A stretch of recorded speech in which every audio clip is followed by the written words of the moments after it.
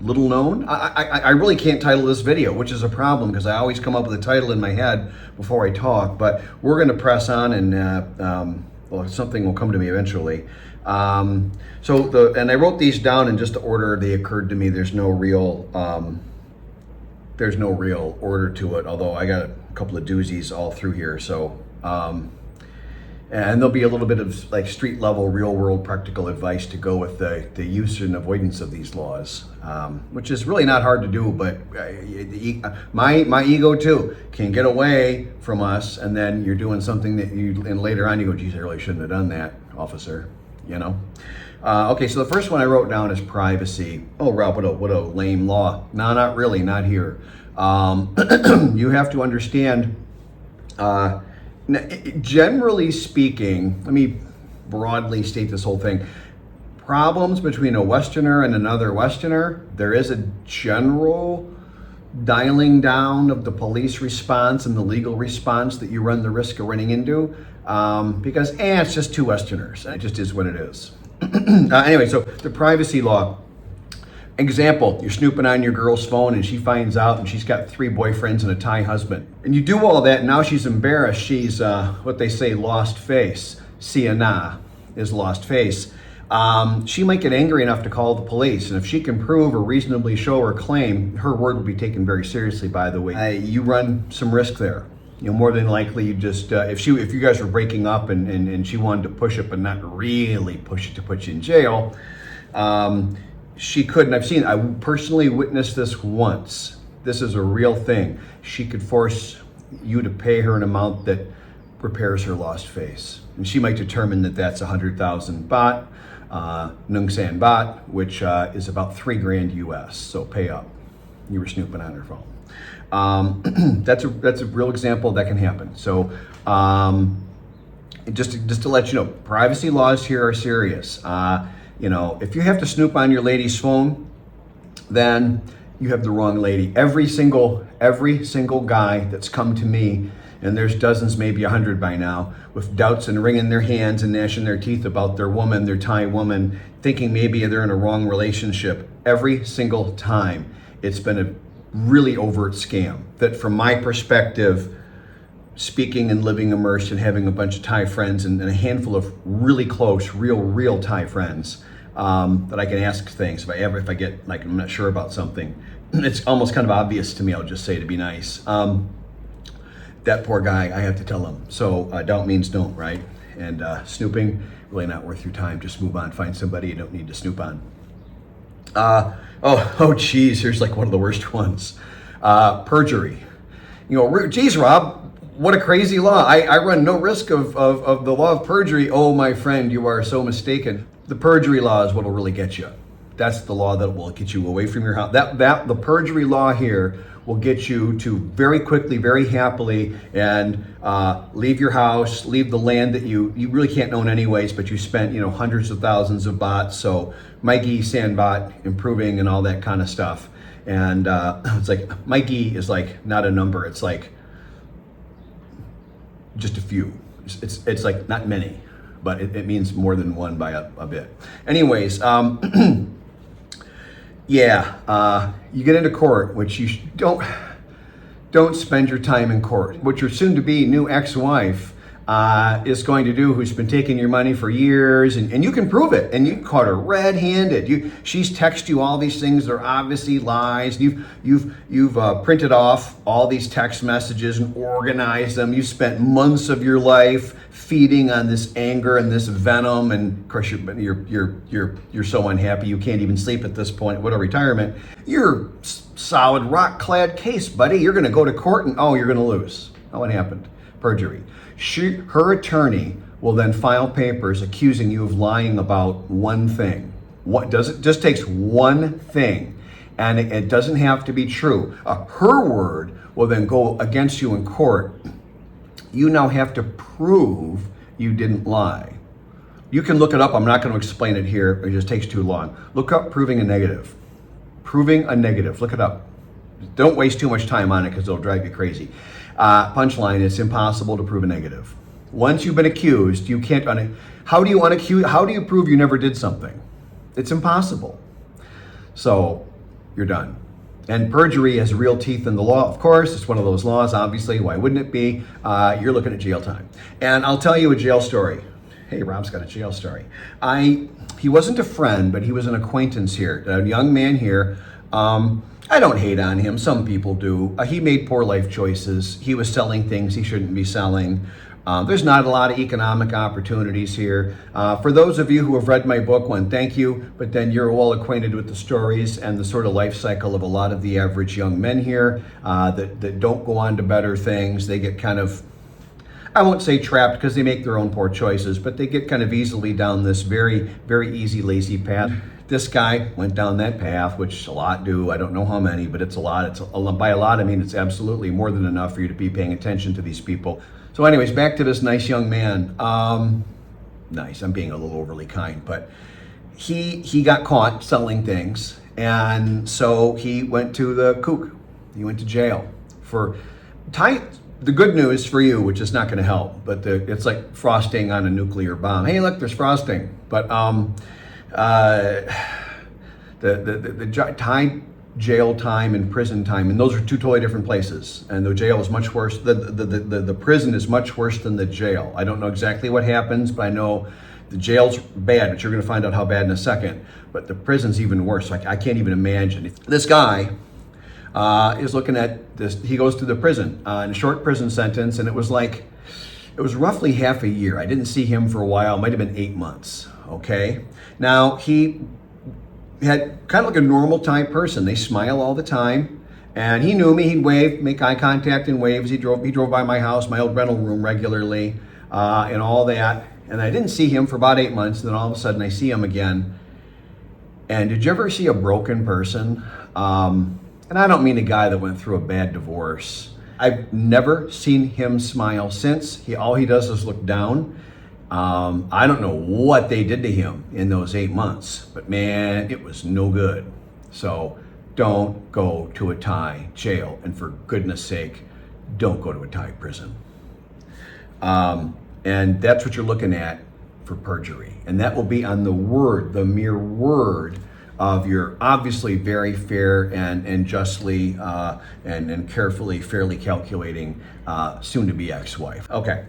Another law is, in my opinion, this is really, really just an opinion, I don't think you can realistically own a house here. I wouldn't calculate that you could. Yeah, and you're going to get a couple of attorneys say there's two ways. You can form a corporation, and you can have 51% majority voting right on the corporation, and the corporation can own 100% or 51% of the land the house is on, and therefore you control the... Good luck with that. Let me reacquaint you with the law of perjury. And then the other way is it's called a special or a super special. It's some kind of crazy term.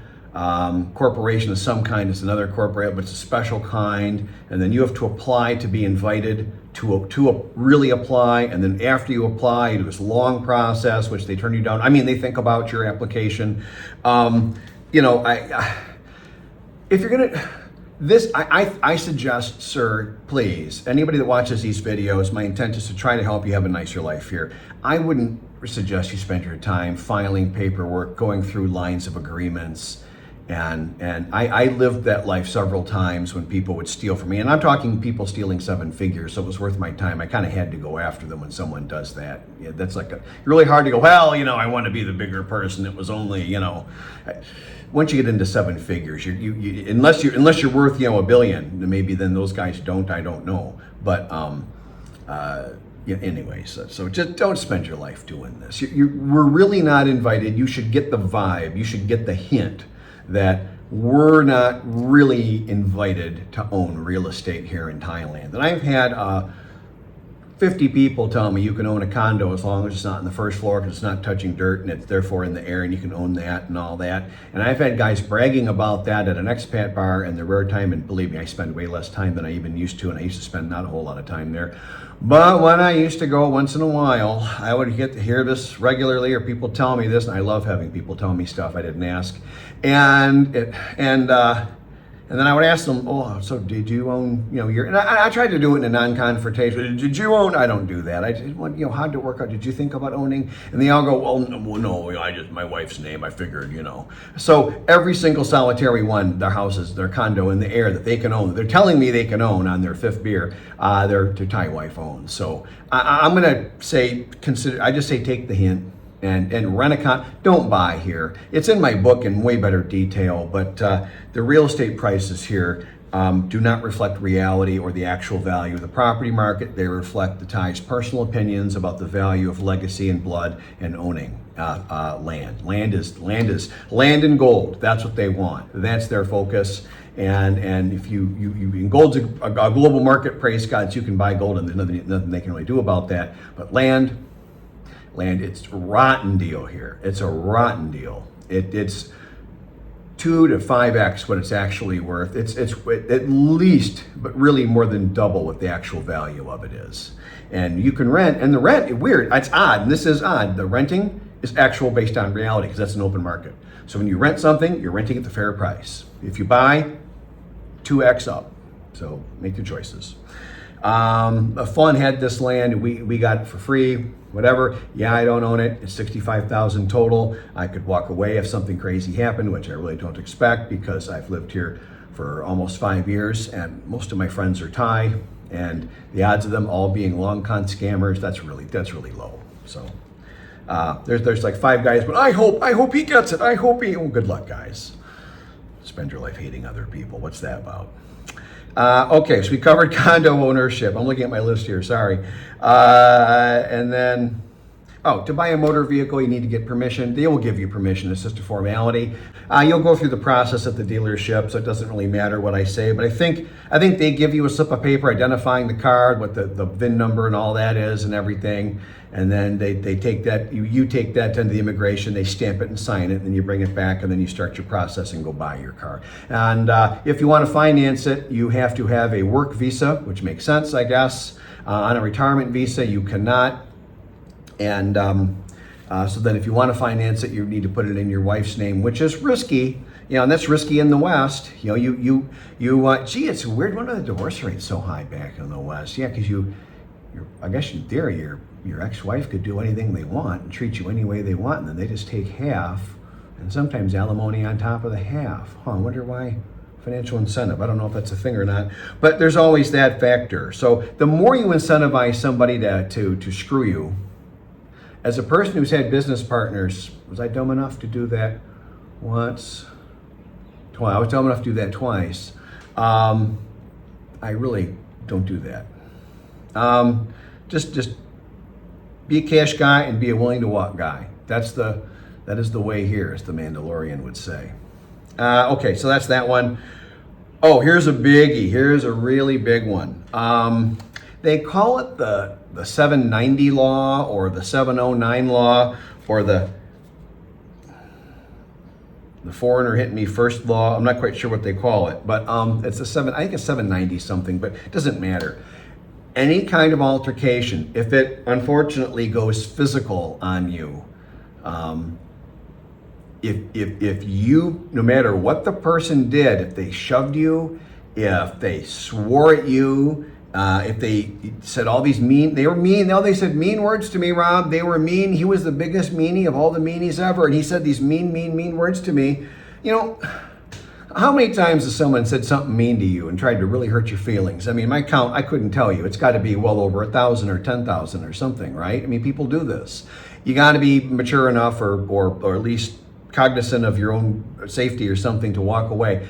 Here's the problem.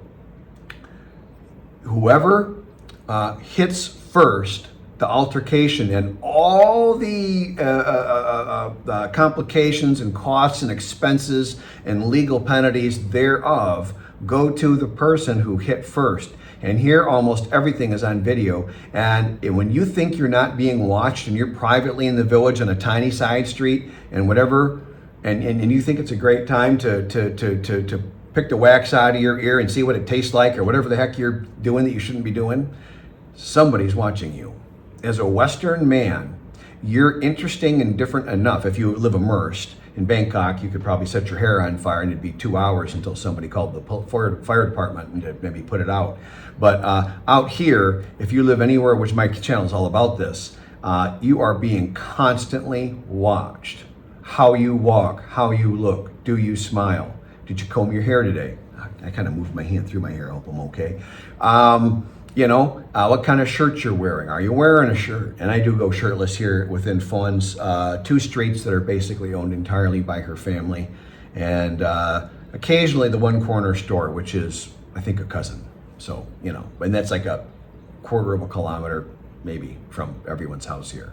Because her dad goes without a shirt. Her other cousin, who, God rest his soul, who just passed away at 45, he no shirt a lot on the hot days, and it's my vitamin D therapy. But whatever. Part of me, there's 10% of Rob that belongs in the trailer park. What can I tell you? But this first strike law is a big deal. Do not hit anybody first, and for goodness sake, do not hit any Thai person first. If you really need to get into a fight, and that's what you've decided is the best way to spend your evening, hey, lovely, you're going to have to let the other person hit you first. And it's going to be need to be enough of a hit. So on the obvious video that will be on at least 3 videotapes, it's going to look good enough that you were defending yourself. So it better be a good one. Otherwise, I'm telling you, this first strike thing's a big deal. And with this, I'm going to skip to one because it kind of ties in. The police here. The police here do not act in any way legally. Their obligation is not at all similar to like a United States police officer. Here, the police come to a situation, say where you were dumb enough to hit somebody first because they called you a mean word. They're going to come and they're going to do all the fact finding as a detective. So they're the police showing up. Now they're the detective. I'm not making fun. I am absolutely not. And this is their job, and they're trained for this. This is their job, and they're usually pretty good at it, quite frankly. Anyways, they're going to perform the role of a detective, and then they're going to perform the role of a judge, and they're going to adjudicate right there on the spot, on the street, standing on the curb, what your crime is and what you're guilty of, and you're going to be guilty of that crime. And if that crime's worthy of jail, buddy, you've just really screwed yourself. So think about that one. So, hey, mouthing off to a cop, not really a good idea in the United States. Terrible idea in Thailand. Terrible idea. And may I introduce you to the concept of saving face? You cause a cop to lose face, that's a great way to end up in the kook. All right. Strange laws. Loss of face. Rob, you talk about loss of face a lot. It's a legal concept here. And I knew a guy, I used to know a Western guy whom we deliberately avoid now. And this was one of the incidents. This was merely one of the incidents why we avoid this one guy. He's really a piece of work. He should stop drinking and stop getting violent with people. Those would be 2 good ideas for him. But anyways, that's not going to happen. This guy caused some Thai people to lose face. And then this is in my book, and he had to pay them Song San baht, 200,000 baht, $6,000 US, I think it was. And his wife lost all face. And the last time she called me, and she knew her husband was a whatever he is, and so she called me and with Fawn to come in as witnesses to stand up as like she's a reasonable person. Because I was about, apparently, according to her, I was about the highest status, most cleaned up person that she knew. She lives in the village. And so I got a front row seat to some ugly stuff. I would use colorful phraseology, but I really not trying to swear on my channel. The last I saw her of that incident, they were just closing one door for a closed room session between her, the people claiming about the loss of face, and several policemen.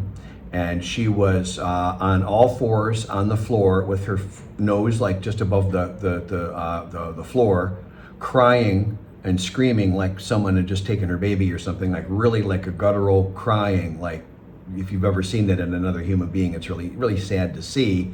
And then she was begging, and she was at their feet of the people that had lost the face, and she was begging for leniency because they could have claimed 1 million baht.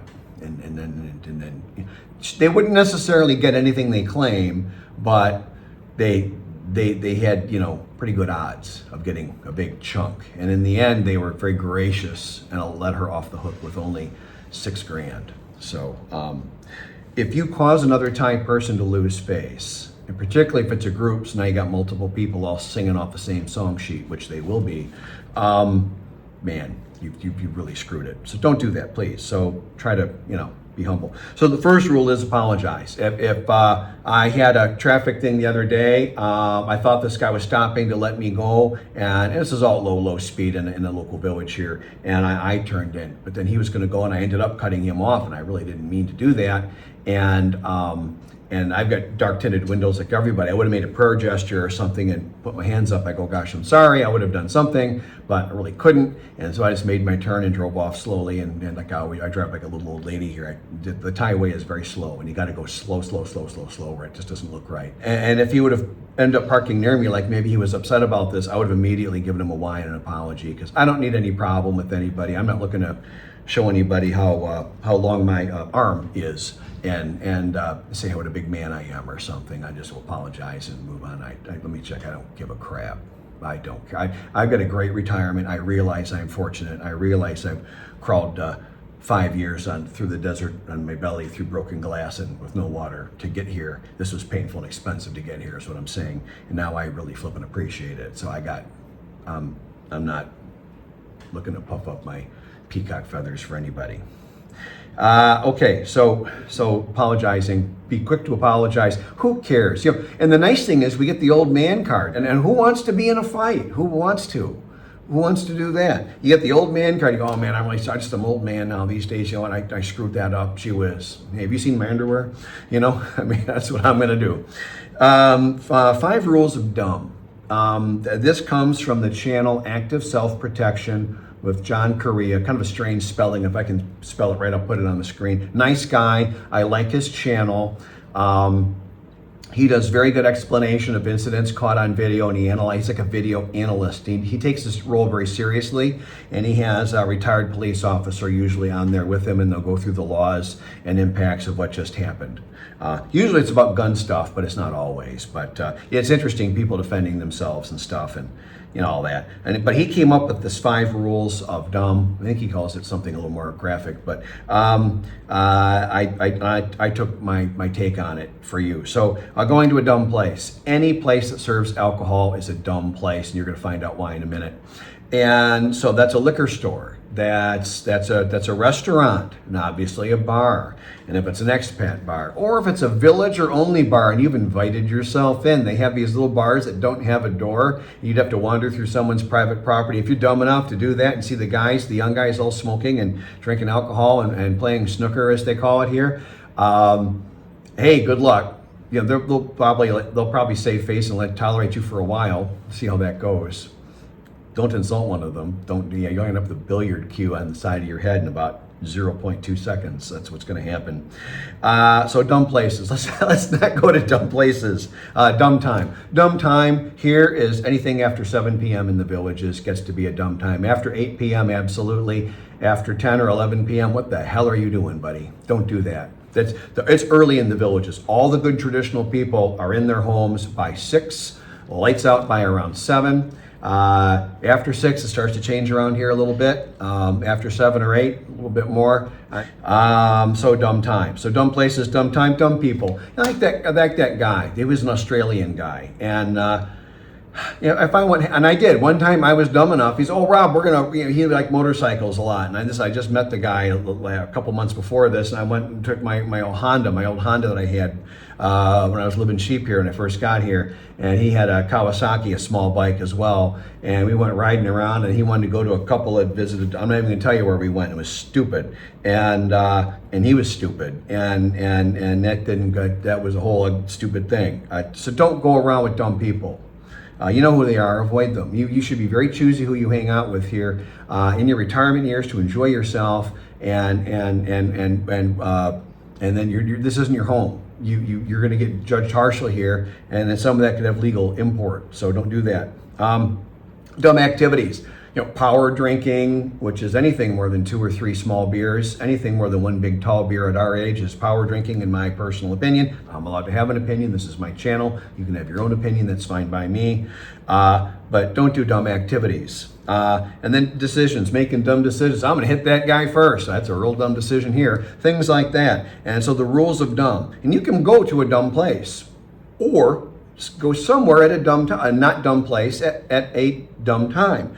Both of those are an example of breaking one of the rules of dumb. You could do maybe a dumb activity if it's not a dumb place and you're not with dumb people. That one's unlikely to happen, but theoretically, you break 2 or 3 rules of dumb at the same time, that's when things go wrong. That's the whole rule of dumb thing. I thought it was fantastic advice. It's John Correa, it's not mine.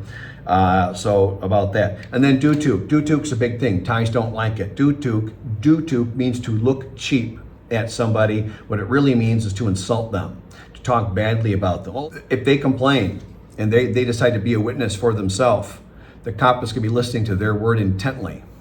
And if you don't speak Thai, it very quickly becomes the foreigner doesn't understand. You don't understand their language, therefore you don't understand any of their rules. You don't understand how to be a nice person. You don't understand not to insult and be a jackass to people. And it quickly escalates. That you're not understanding quickly means that you're basically got nothing. So and the 99% of us or something, older retired guys here, don't speak. So you're in big trouble, buddy. Be very careful. Do not say anything bad, and don't get baited. You will get baited to say something bad about the royal family, about a friend of the royal family, about the Kingdom of Thailand, about any Thai person. You notice I never name any names here. I've never named a name of anybody. Even when I show somebody good, I obfuscate and I pixelate their face in the photo. I don't show, oh, look at this, oh, look at that, oh, look. I don't do any of that. It's not nice to do, and it's got serious legal weight here. If you're in a private room with 3 people and one of them says, oh, hey, isn't that person Thais don't talk that way, by the way. They don't do that. That's a bait. That's a trap for you. Do not take it. Be very careful with that. 100%. You will get baited at some point, and mostly it'll just to show that you're not worth anything because they're jealous that your girlfriend's got you and you got a little bit of money, presumably because you're from the West somewhere, and they're jealous about that. And they want to show what a low scum you are. But there are the people like the Australian guy who it was kind of fair almost what happened to him. But I did feel really bad for his wife because she's actually a nice person. He's effectively made her his slave. That's a whole other story that I really haven't been wanting to talk about, but that happens to Thai women sometimes. Really sad. We'd all be better off if he went back home, but whatever. Playing visa games. Hey, that's cute. Hey, look, I got a work visa. Hey, look, I got a student visa, and I'm sitting at the bar all day. Hey, that's cool. You game the system. The problem is eventually, generally they don't, but sometimes they will go and take interest in you and find out, and then you can get deported. That's fun. Fun with deportation. That's the next video. International driving license, that's baloney. I would use another colorful term here, but it's baloney. The international driving license, don't waste your time. Thais don't recognize, hey, it's written on paper, they recognize it. Great, go argue with the cop. Let me know how that works. It is nothing. Go get it. If you're going to stay here, get a driver's license, because they will tolerate you maybe up to 6 months on your Western license. Eventually, you can have a problem. I suggest you don't have problems. That's just my suggestion. Food for thought. You do what you want. And those are my crazy. That's my crazy list. So those are non-Western laws of Thailand with teeth. Maybe I'll call it that. It's not very sexy, but I don't know what the heck to call this. But these are real. I've seen all these extreme ones. I've seen someone go down with these. I've personally seen it. You don't want trouble with any of this. Just be humble. Don't engage violently, and don't go to places you know you shouldn't go, and don't hang out with people you know you shouldn't hang out with. Keep your nose clean, as they used to say when I was in elementary school. Do that.